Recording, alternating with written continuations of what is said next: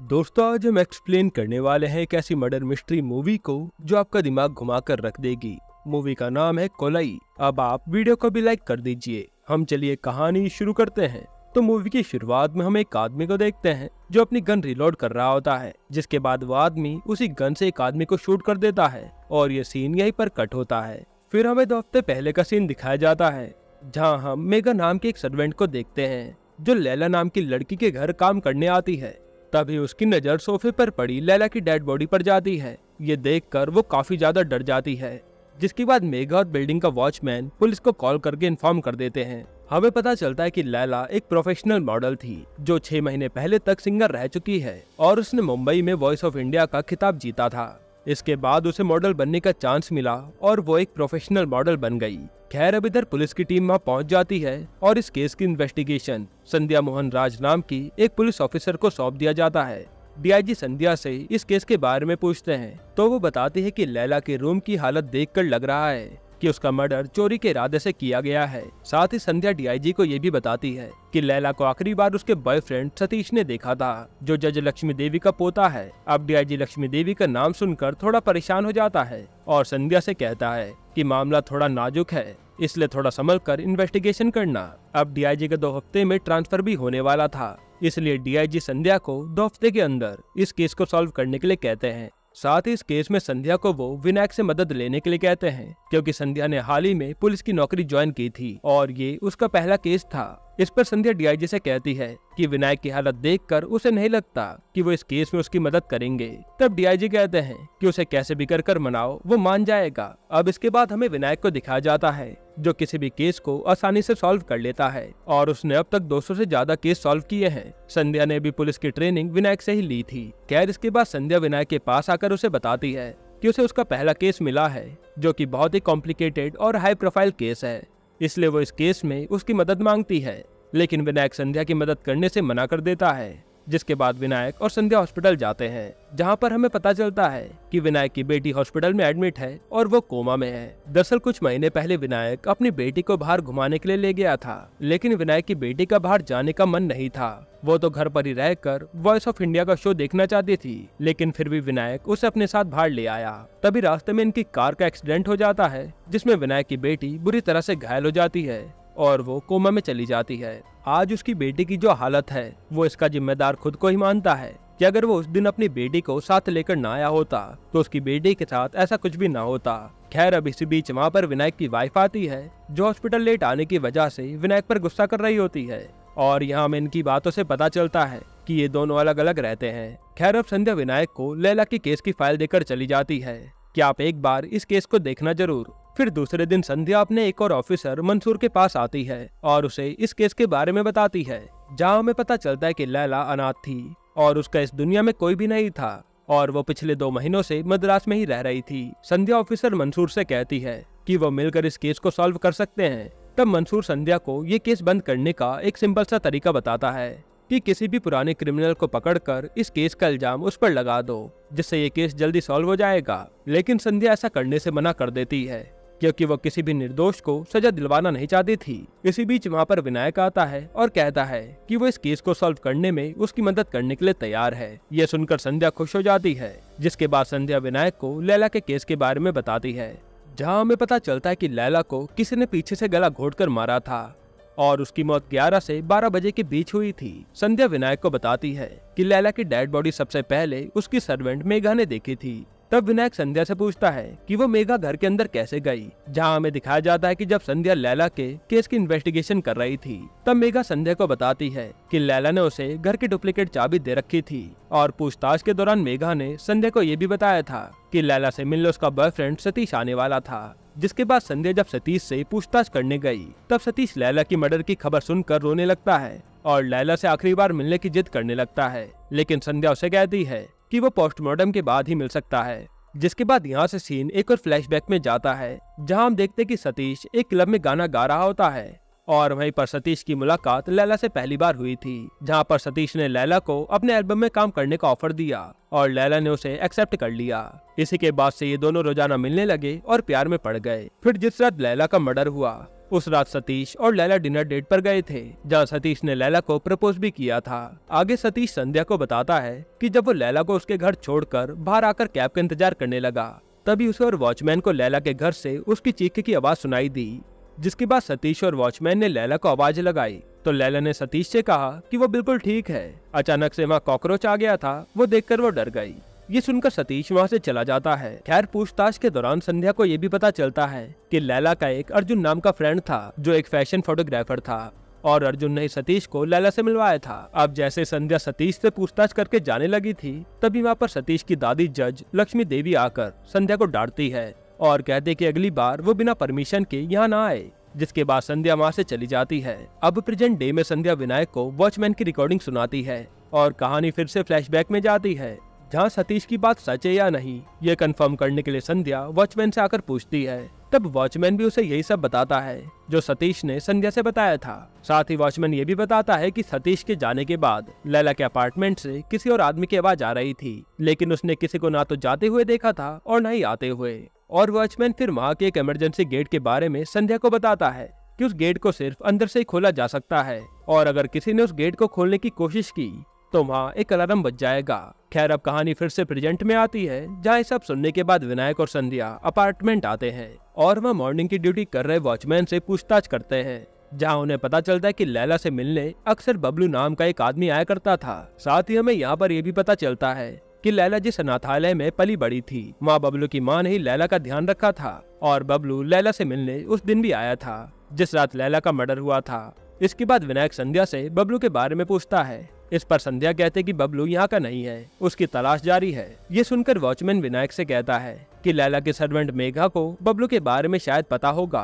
खैर अब इसके बाद विनायक और संध्या इमरजेंसी गेट चेक करने आते हैं, जहाँ इमरजेंसी गेट खोलने पर बेल बजने लगती है। फिर विनायक और संध्या लैला के अपार्टमेंट में जाते हैं, जहाँ विनायक संध्या से पूछता है कि लैला का मर्डर किस वजह से हुआ होगा, तुम्हें क्या लगता है। तब संध्या कहती है कि शायद लैला का मर्डर चोरी के मकसद से हुआ होगा, क्योंकि लॉकर टूटा हुआ था और पूरा खाली था। तब विनायक गैस करता है कि उस रात अपार्टमेंट में एक नहीं बल्कि दो लोग थे, एक चोरी के मकसद से आया था और दूसरा मर्डर के मकसद से। किलर ने जानबूझकर चोरी का सेटअप उन्हें गुमराह करने के लिए किया था, और लैला के मर्डर के टाइम वो चोर अलमीरा में छुपकर बैठा हुआ था, जिसने ये मर्डर होते हुए देखा था। लेकिन किलर को उस चोर के बारे में पता नहीं चला, इसलिए उस किलर ने अलमीरा को खोलने की कोशिश भी की, लेकिन वो अंदर से लॉक थी, और किलर के जाने के बाद वो चोर अलमीरा से निकलकर पैसे लेकर वहाँ से भाग गया। खैर अब विनायक संध्या को अलमीरा के फिंगरप्रिंट लेकर क्रिमिनल डाटाबेस भेजने को कहता है कि अगर उस चोर का कोई रिकॉर्ड होगा तो उस चोर के जरिए हमें उस किलर का पता चल जाएगा। खैर अब इसके बाद विनायक और संध्या लैला की सर्वेंट मेघा को बुलाकर उससे पूछताछ करते हैं कि कल उसकी ड्यूटी होने के बाद लैला के अपार्टमेंट में उसके अलावा और कौन था। तब मेघा कहते हैं कि उसके अलावा अपार्टमेंट में कोई नहीं था, मैंने जाने से पहले सब चेक किया था। फिर विनायक मेघा से अलमारी के बारे में पूछता है। इस पर मेघा कहती है कि उसने वो अलमारी भी चेक की थी और लैला मैडम के लिए एक ड्रेस निकालकर प्रेस भी की थी। विनायक मेघा से पूछता है कि अलमारी की चाबी उस रात अंदर की तरफ थी या बाहर की तरफ। इस पर मेघा कहती चाबी बाहर की तरफ थी। अब लैला के अपार्टमेंट में विनायक डॉग फूड को देखकर मेघा से पूछता है कि यहाँ डॉग किसके पास है। तब मेघा बताती है विनोद नाम के एक लड़के के पास, जो दिमाग से थोड़ा कमजोर है और वो मैडम के बगल वाले फ्लैट में रहता है। खैर अब विनायक संध्या को अर्जुन के बारे में इंफॉर्मेशन निकालने को कहता है, जहाँ संध्या को एक मॉडल से अर्जुन के बारे में पता चलता है कि अर्जुन की प्रोमिला नाम की एक गर्लफ्रेंड थी, जिसको अर्जुन ने बहुत मारा था, लेकिन उसने डर के मारे पुलिस में कंप्लेन नहीं की, क्योंकि अर्जुन की इंडस्ट्री में बहुत चलती है, इसलिए उससे कोई पंगा नहीं लेता। हालांकि ये जानते हुए भी लैला ने अर्जुन से 3 दिन पहले झगड़ा किया था। दरअसल अर्जुन एक बड़े पॉलिटिशियन की बेटी से शादी करने वाला था, और लैला अर्जुन के ऑफिस में आकर उसे धमकी देती है कि अगर उसने शादी नहीं तोड़ी तो वो प्रोमिला को जाकर उसकी शादी के बारे में बता देगी, क्योंकि अर्जुन प्रोमिला को धोखा दे रहा था। खैर अब उसके बाद विनायक और संध्या अर्जुन से मिलते हैं, जहाँ विनायक की नजर अर्जुन के टूटे हुए हाथ पर जाती है। इस पर अर्जुन कहता है कि वो गिर गया था, जिसकी वजह से उसका हाथ टूट गया। अब संध्या अर्जुन से प्रोमिला के बारे में पूछती है और अर्जुन बताना शुरू करता है।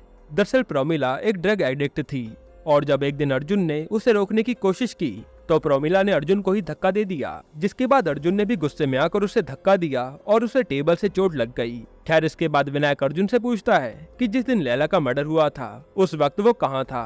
अर्जुन कहता है कि मैं स्टूडियो में था, तब विनायक अर्जुन को उसकी सीसीटीवी फुटेज की एक फोटो दिखाता है और कहता है कि 10:53 पर उसे लैला का टेक्स्ट मैसेज आया था। ये सुनकर अर्जुन विनायक को एक सच बताता है कि लैला ने ही मुझे मैसेज करके बुलाया था, लेकिन उसने मुझे इमरजेंसी गेट से आने को कहा था और जब वो वहाँ गया तो इमरजेंसी गेट लॉक था। जिसके बाद मैंने लैला को कॉल किया तो उसे किसी आदमी की आवाज सुनाई दी थी। तब संध्या अर्जुन से कहती है कि उसकी कॉल रिकॉर्ड्स तो कैंसिल बता रहे हैं। इस पर अर्जुन कहता है कि उसे इस बारे में कुछ भी नहीं पता कि ये कैसे हुआ। ये सुनकर विनायक समझ जाता है कि अर्जुन उनसे झूठ बोल रहा है। खैर इसके बाद विनायक और संध्या पूछताछ करने के लिए अर्जुन के पास जाते हैं, जिसके बाद हमें मूवी में फ्लैशबैक दिखाया जाता है जहां हम देखते हैं कि विनोद और लैला की मुलाकात एक रोड पर हुई थी और लैला ने विनोद का एक्सीडेंट होने से बचाया था। तब से विनोद और लैला काफी अच्छे दोस्त बन गए थे। खैर अब कहानी प्रेजेंट में आती है जहां हम देखते हैं कि संध्या लैला के बारे में विनोद से पूछताछ करती है तो विनोद बताता है कि लैला उसकी बेस्ट फ्रेंड थी। संध्या कहती कि बेस्ट फ्रेंड तो एक दूसरे से सारे सीक्रेट बताते हैं, तो लैला ने तुम्हें अपना कोई सीक्रेट बताया था क्या? तब विनोद बताता है कि एक दिन जब वो दोनों बातें कर रहे थे तब लैला ने उसे सतीश के बारे में बताया था कि वो बहुत ही अच्छा लड़का है, लेकिन पता नहीं उसे अचानक से क्या हो जाता है, वो बहुत ही अजीब सी हरकतें करने लगता है। दरअसल एक दिन जब लैला अपने हाथ में टैटू बनवा कर सतीश को दिखा रही थी तब सतीश उस टैटू को देखकर अजीब सी हरकतें करने लगा था और वो किसी यामिनी का नाम लिए जा रहा था। ये देखकर लैला काफी डर गई थी। आगे विनोद संध्या को बताता है कि उसे पता है कि लैला को किसने मारा है, जिसके बाद विनोद विनायक और संध्या को अपने रूम में लेकर आता है जहां हम देखते कि विनोद एक कंप्यूटर जीनियस होता है। वो किसी का भी कंप्यूटर मोबाइल हैक कर सकता था। जिसके बाद विनोद अपने कंप्यूटर से आदित्य कौशिक नाम के एक आदमी की फोटो दिखाता है जो मुंबई में रहता है। अब हमें 6 महीने पहले का सीन दिखाया जाता है जब लैला अपनी सिंगिंग के लिए मुंबई गई थी। तब वहाँ उसकी मुलाकात आदित्य कौशिक से हुई थी जो मॉडलिंग कंपनी का एजेंट था। वहाँ आदित्य कौशिक लैला को मॉडल बनने का ऑफर देता है और उसे अपनी मॉडलिंग कंपनी का कार्ड भी देता है। इसके अगले दिन लैला उसी कंपनी में चली जाती है जहाँ वो एक औरत से मिलती है जो बहुत बड़ी मॉडल कंपनी चलाती थी। तब वो औरत लैला को एज ए मॉडल सेलेक्ट कर लेती है और देखते देखते लैला एक बहुत बड़ी मॉडल बन जाती है। अब बहुत ही कम समय में लैला का इतना नाम हो गया था। इसी बीच लैला को एक दिन बहुत बड़ा मॉडलिंग का कॉन्ट्रैक्ट मिलता है जहाँ आदित्य कौशिक लैला को कॉन्ट्रैक्ट साइन करने के लिए एक होटल में बुलाता है। फिर आदित्य उसे कहता है कि उसे ये बड़ा कॉन्ट्रैक्ट तभी मिलेगा जब वो उसके साथ सोएगी। ये सुनकर लैला को बहुत गुस्सा आता है और वो कॉन्ट्रैक्ट साइन किए बिना वहाँ से चली जाती है। खैर अब प्रेजेंट में विनायक एक बलराम नाम के आदमी को बुलाकर लैला के केस के बारे में बताता है और उसे यामिनी के बारे में पता लगाने के लिए कहता है। वहीं दूसरी तरफ विनोद अपने कमरे में बैठकर ये सारी चीजें देख रहा होता है। खैर अब इधर हम अर्जुन को देखते हैं जिसके पास एक अनजान आदमी का कॉल आता है जो उसे कहता है कि उसे उसके बारे में सब पता है कि उसने लैला का मर्डर किया है और वो आदमी अर्जुन को ब्लैकमेल करता है कि अगर उसने उसे पैसे नहीं दिए तो वो पुलिस को जाकर सब बता देगा। अब इधर विनायक आदित्य कौशिक से मिलने मुंबई आता है और उसे एक सीसीटीवी फुटेज दिखाकर कहता है कि जब लैला का मर्डर हुआ था तो वो लैला के अपार्टमेंट में ही था जहाँ वो पीछे के दरवाजे से निकल रहा होता है। ये सुनकर आदित्य विनायक को वही सब बताता है जो विनोद ने बताया था कि वो मॉडल कैसे बनी। बस वो आखिरी में बताता है कि जब मैंने एक दिन लैला को एक कॉन्ट्रैक्ट साइन करने के लिए अपने होटल में बुलाया तो वो कॉन्ट्रैक्ट साइन किए बिना ही वहाँ से चली गई। इसके बाद आदित्य की बॉस उस पर काफी गुस्सा होती हैं और उसे उस कॉन्ट्रैक्ट पर लैला के साइन लाने के लिए कहती हैं। जिसके बाद आदित्य लैला को ढूंढते हुए मद्रास आया जहाँ उसकी मुलाकात बबलू से हुई और लैला को ढूंढने में बबलू ने ही आदित्य की मदद की थी। इसके बाद बबलू ने उसे पीछे के दरवाजे से लैला के अपार्टमेंट में बुलाया था और बबलू ने लैला के अपार्टमेंट का मेन डोर खुला रखा था। फिर जैसे वो अंदर गया तो देखा कि लैला पहले से ही मरी हुई है। तभी सुनकर विनायक आदित्य से कहता है कि उसने इस बारे में पुलिस को इन्फॉर्म क्यों नहीं किया। इस पर आदित्य कहता है कि वो काफी डर गया था इसलिए उसने पुलिस को कुछ भी नहीं बताया। जिसके बाद विनायक ये सब सुनकर वहाँ से चला जाता है। इधर संध्या और उसकी टीम बबलू की तलाश में लग जाती है और यहाँ बबलू आदित्य कौशिक को कॉल करके कहता है कि उसे पता है कि लैला को उसने ही मारा है। साथ ही वो उसे धमकाता है कि अगर उसने उसे पैसे नहीं दिए तो वो पुलिस को जाकर सब बता देगा। और हमें पता चलता है कि अर्जुन को भी बबलू ने ही कॉल करके धमकाया था। हालांकि अब आदित्य कंपनी के दबाव, ब्लैकमेलिंग और लैला के खून में फंस न जाए, इन सब के डर से खुद को गोली मारकर सुसाइड कर लेता है। इधर हम विनायक की बेटी को हॉस्पिटल में देखते हैं जिसकी अब डेथ हो गई थी। इस वजह से विनायक पूरी तरह टूट जाता है।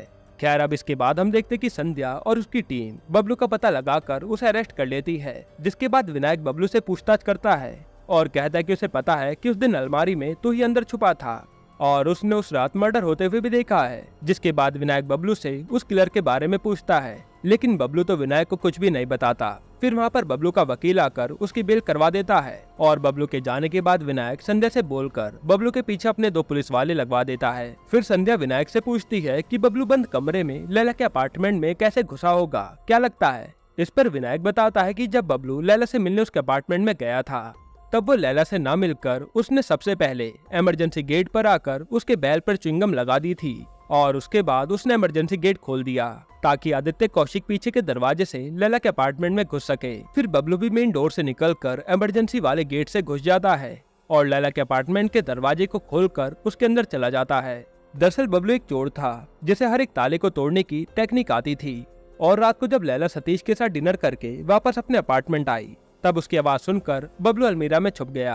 अब विनायक संध्या को बताता है कि बबलू ने उस रात मर्डर होते हुए नहीं देखा था क्योंकि अलमीरा के होल से देखने पर बाहर का पूरा नजारा नहीं दिखता और बबलू भी नहीं जानता कि असली किलर कौन है। हालांकि विनायक को बबलू के डेटाबेस से ये पता चल चुका था कि बबलू ने अर्जुन और आदित्य कौशिक को कॉल करके लैला के मर्डर केस के लिए ब्लैकमेल किया था। अब विनायक संध्या को बताता है कि बबलू ने पहले अर्जुन को लैला के अपार्टमेंट में देखा था और फिर उसने आदित्य कौशिक को देखा और उसी सीक्वेंस में उसने उन लोगों को कॉल करके ब्लैकमेल किया। साथ ही वो कहता कि सतीश और लैला घर पहुंचे और कुछ ही देर में सतीश वहां से चला गया। सतीश के जाने के बाद अर्जुन वहां पर आया और उसने लैला को इसलिए मार दिया ताकि उसकी शादी वाली बात वो प्रोमिला को ना बता दे। फिर उसी समय वहां पर आदित्य कौशिक पहुंच गया तब अर्जुन एक दीवार के पीछे छुप गया। फिर वहाँ आदित्य कौशिक लैला की डेड बॉडी देखकर बबलू को कॉल करता है लेकिन बबलू उसका कॉल नहीं उठाता, जिसके बाद वो वहाँ से चला गया। फिर विनायक संध्या से कहता है कि चलो दूसरी थ्योरी देखते हैं। मान लेते हैं कि आदित्य कौशिक ने लैला का मर्डर किया है और जब अर्जुन लैला के अपार्टमेंट में उसके साथ समझौता करने के लिए आया तभी उन्हें एहसास होता है कि उसके अपार्टमेंट में कोई आ रहा है, जिसके बाद लैला अर्जुन को वहां छुपा देती है और उसके बाद आदित्य कौशिक कॉन्ट्रैक्ट साइन करवाने के लिए लैला के पास आता है लेकिन लैला उसकी हरकतों की वजह से साइन करने से मना कर देती है और इस वजह से गुस्से में आकर आदित्य कौशिक ने लैला का मर्डर कर दिया होगा और फिर वो उसी इमरजेंसी गेट से वहां से चला गया होगा जो बबलू ने उसके लिए खोल कर रखा था। इस तरह से विनायक एक और स्टोरी बताता है। तब संध्या कहते कि हो सकता है कि लैला का मर्डर विनोद ने किया हो क्योंकि उसके पास भी एक मोटिव है कि वो लैला को पसंद करता हो और लैला उसके अलावा किसी और से प्यार करती थी, इसलिए उसने गुस्से में आकर लैला का मर्डर कर दिया होगा। इस पर विनायक कहता है कि हाँ, ये भी हो सकता है कि विनोद ने ही मारा हो। इसके बाद संध्या विनायक से कहती है कि तो फिर बबलू ने अपार्टमेंट का इमरजेंसी गेट लॉक कैसे किया होगा। तब विनायक बताता है कि बबलू ने इमरजेंसी बेल पर एक आइस क्यूब रख दिया था जिसकी वजह से वो बेल नहीं बजा। फिर समय के साथ वो आइस क्यूब पिघल गया और डोर खुद ब खुद लॉक हो गया।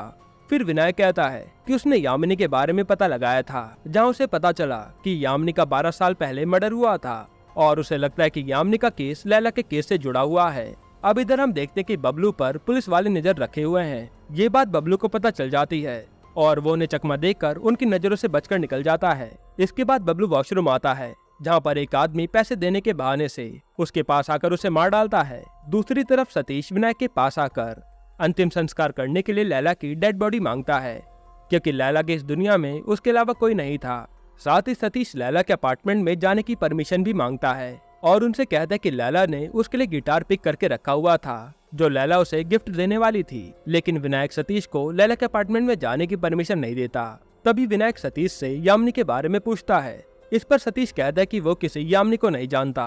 ये बोलकर वो वहाँ से चले जाता है। इधर पुलिस को बबलू के बारे में पता चलता है, जिसके बाद वहाँ पर फॉरेंसिक वाले आकर जाँच करते हैं और इधर विनायक लैला के अपार्टमेंट पहुँचता है जहाँ उसे एक पेन ड्राइव मिलती है और उसके अंदर का डाटा देखकर विनायक को सब समझ आ जाता है कि लैला का मर्डर किसने किया होगा। अब हम दूसरी तरफ देखते हैं कि अर्जुन ने सुसाइड कर लिया है और उसने मिरर पर लिखा था आई डिड इट, यानी कि लैला का मर्डर उसने ही किया है। जिसके बाद ऑफिसर मंसूर लैला का केस क्लोज कर देते हैं कि अर्जुन ने लैला को मार दिया और फिर गिल्ट में आकर सुसाइड कर लिया। खैर इधर विनायक सतीश के घर आता है और उसे वो पेन ड्राइव दिखाकर कहता है कि यही एक चीज को लेने के लिए तुम लैला के घर जाने की जिद कर रहे थे ना। दरअसल उस दिन हुआ ये था कि जब सतीश और लैला डिनर करके वापस आए थे तब उसी समय सतीश ने लैला को मार दिया था। जिसके बाद सतीश ने पेन ड्राइव को टीवी से कनेक्ट कर दिया जिसमें लैला की वॉइस थी और वो कह रही होती है कि वो बिल्कुल ठीक है। वो एक कॉकरोच को देखकर डर गई थी और सतीश ने ये सिर्फ वॉचमैन को यकीन दिलाने के लिए किया था ताकि सबको यही लगे कि जब सतीश लैला के अपार्टमेंट से बाहर आया तब तक लैला जिंदा थी।